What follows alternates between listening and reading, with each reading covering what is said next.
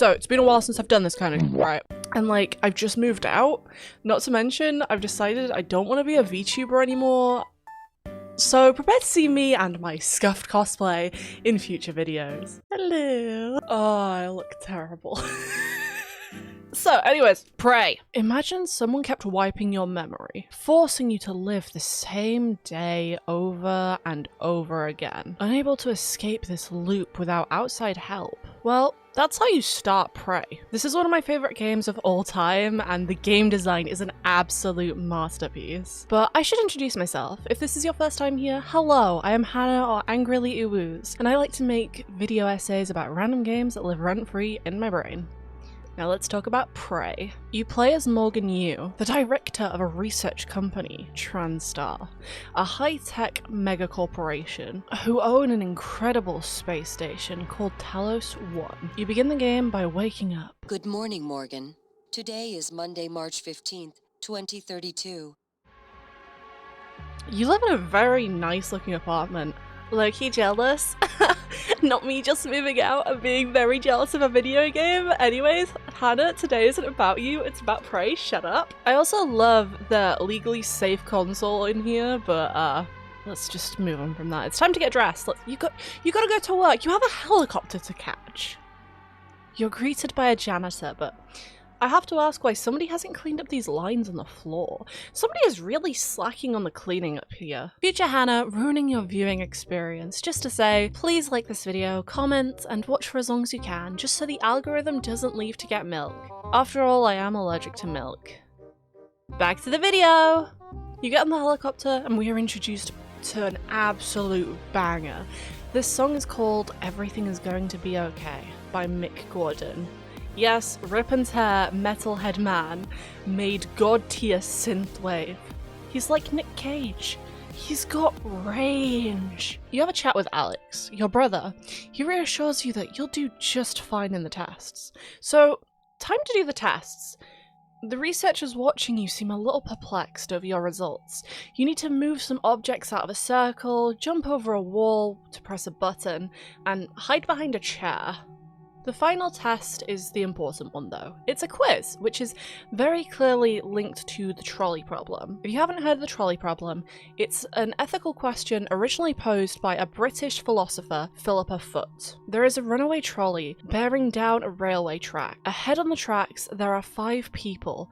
The trolley is headed straight for them. You are standing next to a lever. If you pull the lever, the trolley will switch to a different track. However, you notice that there is one person on the other set of tracks. You have 2 options. Do nothing, in which case the trolley will unalive the 5 people on the main track, pull the lever, diverting the trolley onto the side track, where it will unalive 1 person. This is going to be a big theme throughout the game. Oh, and on the 23rd of November 2023, I actually started writing a script about ethics, and I'll be going significantly deeper into the trolley problem and Prey and other games such as Infamous and even Detroit Become Human. So look out for that. It'll come out whenever, I guess. You finish up the questions and one of the researchers picks up a mug, which mysteriously popped into the scene. I swear this is what happens every time I drink coffee. I just stick to hot chocolate at this point. The room fills with gas and you are knocked out. But I guess at least Alex cares about your well-being. Simmons, what's going on? We have a problem. What about Morgan? He's alive, sedated. Clean it up. I'm on my way. You wake up and, oh, would you look at the day? Good morning, Morgan. Today is Monday, March 15th, 2032. So you've been looping the same day. But at least the view is nice, right? Walking out into the hallway, you see the poor janitor has done the big sleep, whilst having all the water sucked out of her body. I think. I have no clue how you get someone to look like this, and I genuinely don't want to know. Either way, you steal her wrench. You've got a weird relationship with technology.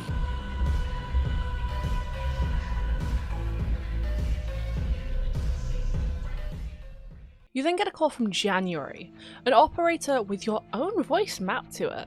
January is a big part of the game, and I will very much argue that January and Alex are like the angel and devil on Morgan's shoulder, although at times it's not exactly clear as to who is the angel or who is the devil. January tells you that you need to break out of your building.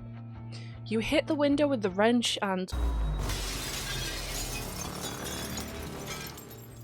just the fact that it's actually slowed down by the game, this isn't me editing the footage, it genuinely plays like this. It's so well done, and I love it so much. From the signs, you're able to see that you're in a simulation lab, so remember all those dirt and scratch marks on the floor from earlier? The room transformed to look like the upstairs of your lobby, or the hallway outside of your apartment. Same goes for both levels in the TranStar building.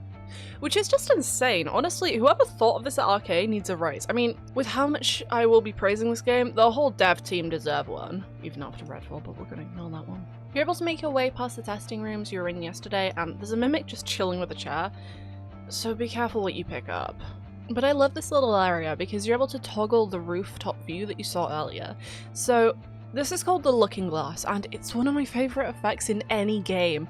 It's just so beautiful, just an entire environment being projected around you. It's probably a shader or something like that, but I don't care. It's so gorgeous, and it's incredible. Making your way to the Neuromod division now, you find this very unfortunate person. So we find out that mimics will deep throat their tentacles. Hey, I've seen this anime before! After sucking the life from them. They multiply. According to January, no one has been able to stop them. Which, if that's the case, have you not considered burning everything?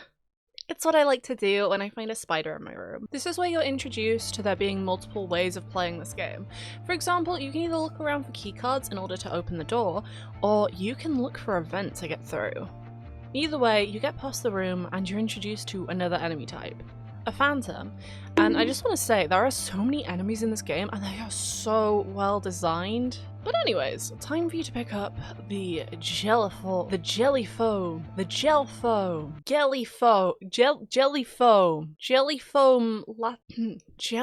lattice organism obstructor cannon. Or glue cannon. The weapon is absolutely incredible. You can shoot walls so you can parkour up a level, or you can shoot enemies to make them freeze in place. And when you do this to an enemy that flies, well, they will just fall to the ground. And yes, fall damage exists. So anyways, alien eye addictive substances. Yep, that's what we're gonna go with. Thanks, YouTube. Would be a shame if, you had to pop a needle into your sea holes and find that you just can't stop after the first one. So the coin term is actually neuromod.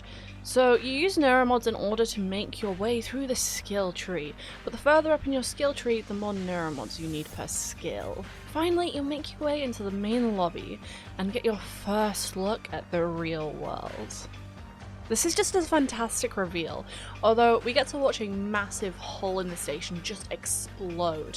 And yes, that is an alive person floating around outside. Wait 5 minutes and maybe we'll see Logan Paul with a camera. Skipping ahead, you make it to your office and watch a video January has left waiting for you.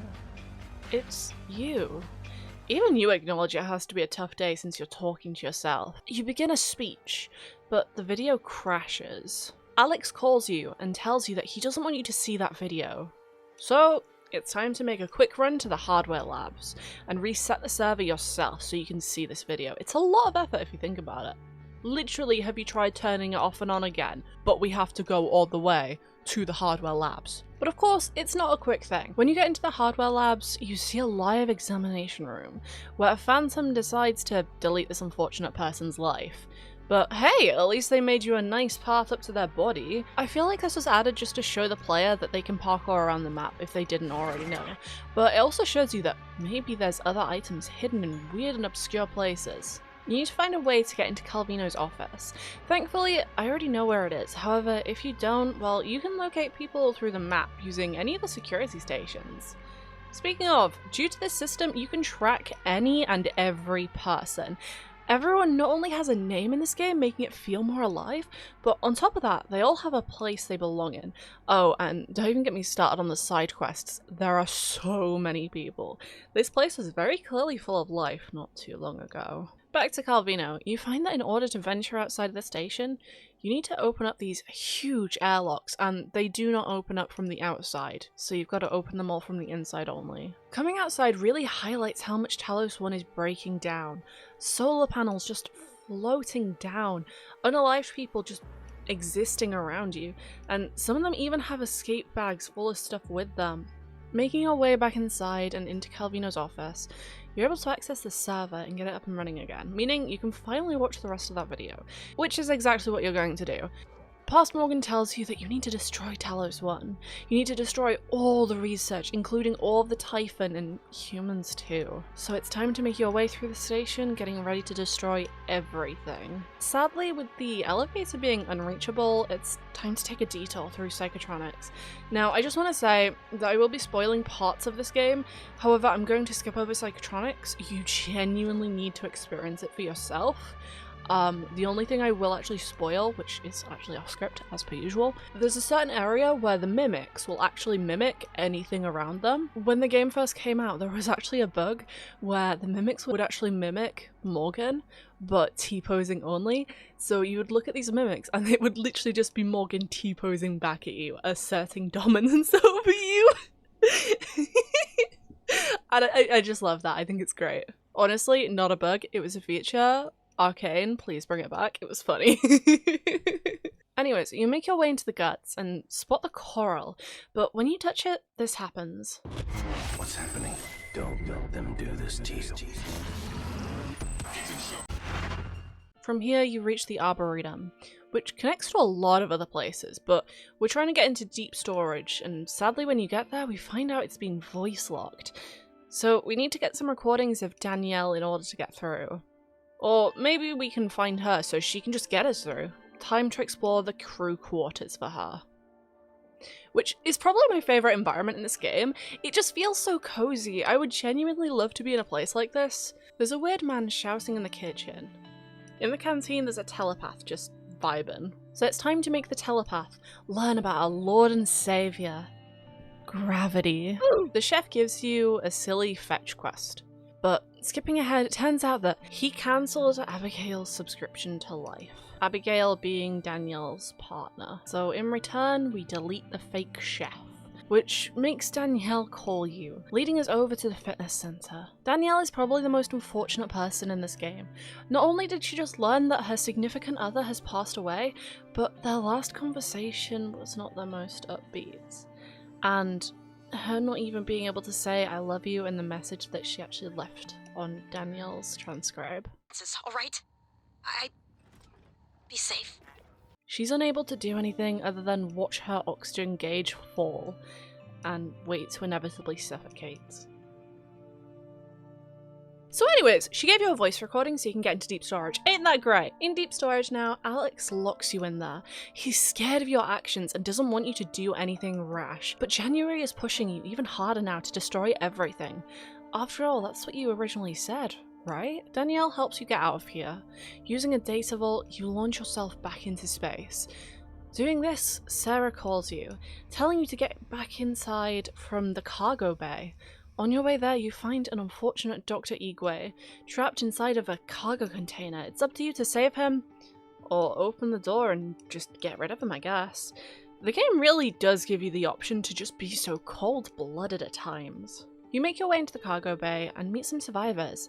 You help them fight some phantoms who have just been standing there menacingly. From here, you can make your way down to the power plant, meet Michaela, and she has a side quest which I would massively recommend doing, but we're only focusing on the main storyline here. You basically turn the entire space station off and on again. After doing this, you're able to freely run around the station again. Literally, you did all of this and risked everybody just so you could go around the space station again. I'm not— Morgan, are you insane? I'm not— Right, not to take Alex's side, but what are you doing? What is going on in that cranium of yours? Alex, finally taking you seriously, tells you to go into his office in the Arboretum. You have another video to watch. And in this video, you see Alex and yourself just chilling. You've installed some neuromods and can make furniture levitate. You're so passionate, but also egotistical. Personally, it gave me the ick, mostly because I have the power of hindsight. Either way, this interaction ends with Alex promising you his Armen key if you work with him to develop the null wave device. This device, when activated, will Alt F4 all of the Typhon and leave everything else intact. Well, anyone who had used any neuromods will have a nasty headache, but a light hangover is the least of everyone's worries. So you shoot yourself into space, scan the coral, and have a lot of different enemies try and mess you up. Finally, you end up back in Alex's office. You upload the data you've just scanned, but of course, nothing can go smoothly, especially when a multi-million-dollar company just let a very destructive and vicious alien species break containment because somebody grabbed the wrong mug. Dude is a mug after that sort of slap up. I'm sorry, but I went there. You Dr. Bellamy, you stupid mug. So we're now introduced to Commander Dahl. He is a big stinky man. Why is he a big stinky man? Well, not only has he brought his laser operators that like to deal more damage than I am comfortable with, but he is the trolley problem. The trolley is bearing down the track. In front of you, there are the cargo bay survivors. You can switch the track, however it would hit Alex instead. My guy is literally threatening to slowly suffocate all of the survivors in cargo bay or shoot Alex in the face. What do you do? So I choose the third choice. I delete the trolley. Genuinely, I just run over to wherever Casper has spawned, remove System 32 and continue like the whole thing never happened. Oh wait, but Dahl is still making his way to Alex. So you're only really able to save the cargo bay survivors. Literally, if you get there fast enough, you can watch Dahl execute Alex if you aren't that morbid. So, as I've completed this game literally over 10 times at this point, I thought I'd do something new, and I'll let you watch how it played out. Oh,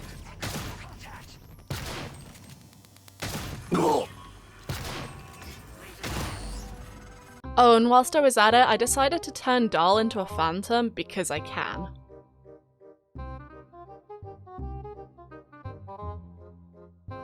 Finally, we're on the last chapter of the game, A Mind Without Limits. We're talking about my favourite ending, which forcibly is now the canon ending. In order to achieve this, you need to run to Psychotronics after printing out the null wave device, and attach it to the Typhon's heart. It looks like a heart, just go with this, okay? You meet Alex and January on the bridge. To be quite blunt, if it weren't for the fact that I played this game through for this video, I would have executed January at the start of this game. I genuinely detest this character. January argues that you need to blow up the ship and everyone on board because that's the original plan. Whereas Alex argues that you can just use the null wave device and save everyone on board whilst shift plus delete all the Typhon. The last cutscene plays.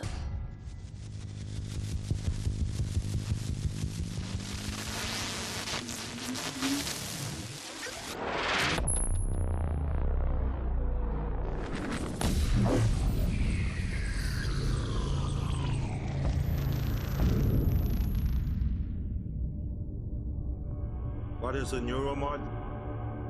Well, it's both an easy answer and a complicated one at the same time. It is the future, today. More importantly, our past, today. This is the work TranStar does. Every employee working together. It's immortality, and it is beautiful.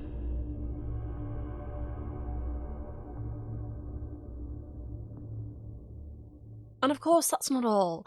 We get this banger of a song and a clip from the crew quarters of the Typhon escaping containment. My guy got just minced up and then just became a phantom. And yeah, I know I did that to Dahl, but like, Dahl deserved it, okay? Oh, whoa, what's this? A secret location? Okay, I'm sorry, that was kind of cringe, but like... oh, well, what's this? Oh. Alex really has that DILF vibe, and the operators got that drip, I guess. Each operator was a person that you encountered throughout the game. Dr. Igwe, Commander Elazar, Michaela, and Danielle, because the whole game was in fact a simulation. You're a phantom. Not even a fancy phantom, just a regular one. So they evaluate how you did, with Alex then showing you Earth today, since Morgan took a different approach from you. Alex tells you that they spent all this time putting you into them, and now it's time to put you into us. All I'm saying is that neuromod eye needles seem a little bit more consensual, which sure is a sentence. But here we are. The last option of the game appears. Take Alex's hand and join them trying to shake things up just like old times. Or Thanos them with your cool phantom tentacle. The choice is yours.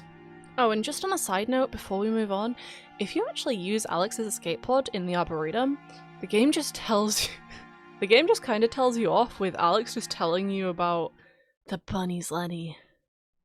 I'll tell you about the bunnies, Lenny.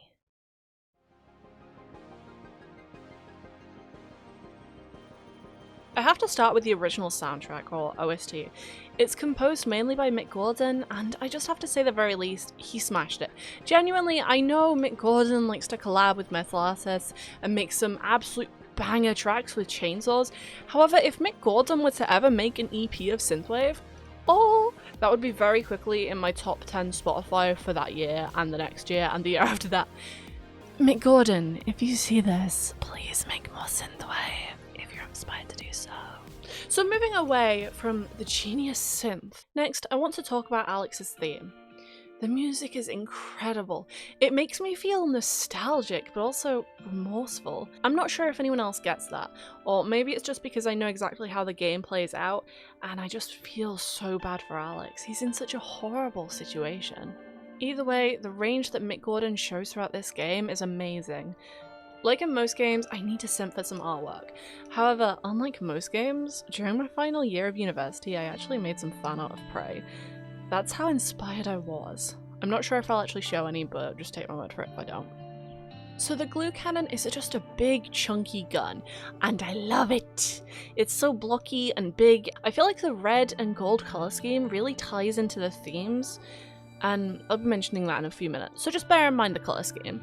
The wrench is just so basic, but with this little twist it just gives it some pizzazz, even though it would actually never function properly, but we're gonna ignore that and just vibe. I didn't show it in the gameplay, but the Q-beam is also just a funky little gun and it has jiggle physics. I genuinely just love this gun for the physics, it's so fun. Oh, and it sends everything green. I can literally give a reason to love every design of every weapon in this game, so I'll just give you the ranking list. Enjoy my little tier list, it's beautiful. Feel free to pause it if you want to stare at it a bit longer, but we've got to talk about the environments and keep moving, because like this recording's already 33 minutes long, sheesh. Telos 1 is an incredible design. What's even crazier is the entire interior almost matches the exterior, which is in the shape of a T, you know, for TranStar. Space just looks so unnerving and empty. It's just so desolate, and it always feels like something is maybe watching you. Just waiting for the right moment. Hello! The executive officers have this expensive, almost regal feeling. From the mass amount of gold and red everywhere, it's just so rich. This is also the area where they would give investors tours around.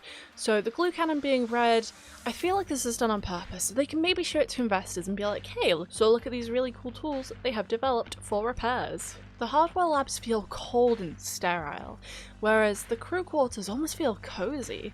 Each place has its own atmosphere and its own unique design, and the fact that the art team have been able to convey this is fantastic.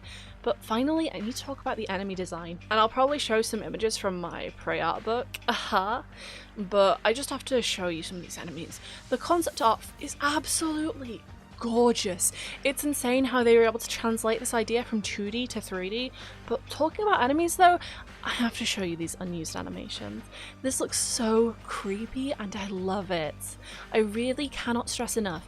I would love another Prey game set on Earth. Maybe you're an average Joe just trying to exist, or maybe you're an employee of TranStar. You get a call from someone leading you to a room and then they just do this. Arkane, we will all forgive you for Redfall if you make Prey 2. The game mechanics are genius.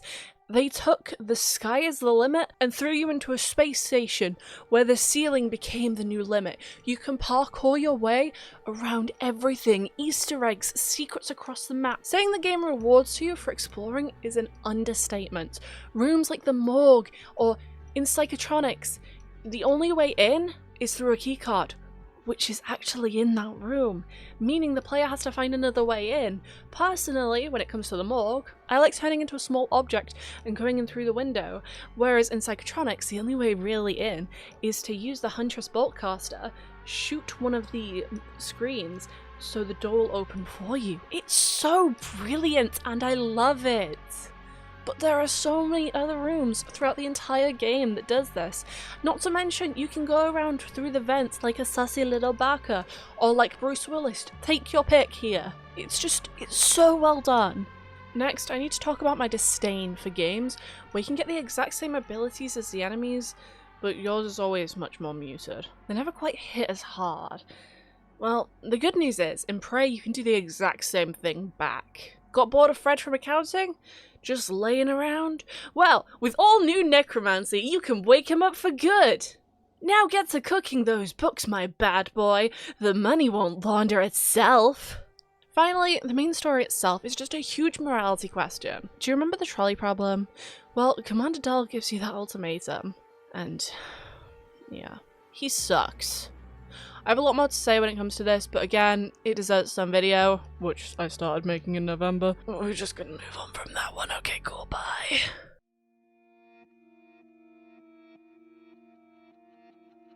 The NPCs in this game are very buggy. I'm glad you don't necessarily spend a lot of time to them due to how bad they can be. From their dialogue overlapping to their pathing not quite being the most thought out. Secondly, this game was published by Bethesda, so of course there is clipping.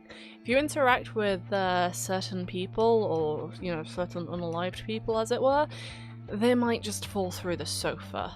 Like this guy, he always falls through the sofa, and I don't know, at this point it's kind of like T-posing Morgan. It's not a bug, it's a feature. It's kind of funny. It actually jump scared me in my very first playthrough. Finally, for as incredible as the OST is, it's a real shame that it can bug. With songs not always playing, music randomly overlapping, there's some audio bugs here and there, which is a real shame.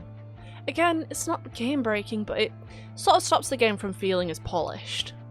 After all, the audio design is something massively overlooked, yet it's also very important within games or any form of media really, unless you're reading a book, but even then, slap on those bangers and keep going.